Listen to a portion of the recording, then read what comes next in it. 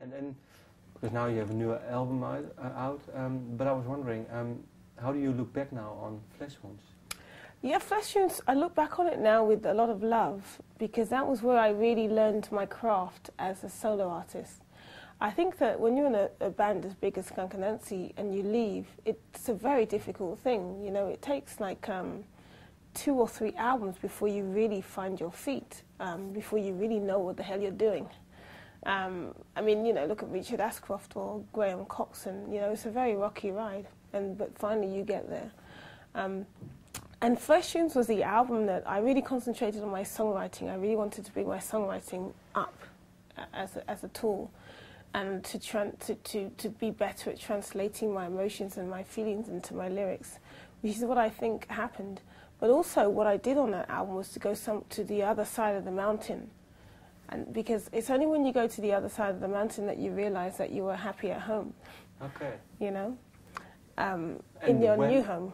And when did you find it out that you were happier in your new home?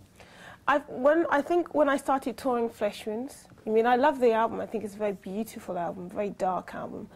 When we started touring Fleshwounds, it was quite mellow live, you know. And as I kind of came out of myself and started to recover from the split up of Skunk Anansie and the split up of a relationship that I was in and all the bad things that happened at the 10th Century, as I kind of toured and did festivals and kind of got over that, my music got louder and heavier and more obnoxious and more kind of punky.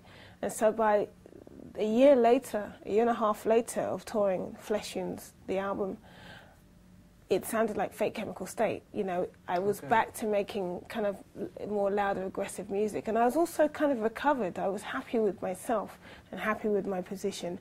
And and happy with the musicians that were surrounding me and the energy that was surrounding me.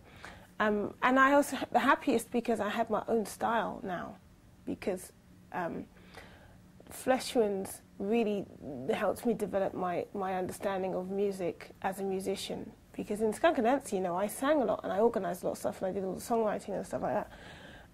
But I didn't play drums, guitar and bass, you know. I mean, the boys did massive amounts of work. And you realise as a lead person how much you lean on everybody else in your band, you know. When you're a solo artist, that's gone, you know. You have to understand all the other instruments and do it all yourself, and direct it all yourself.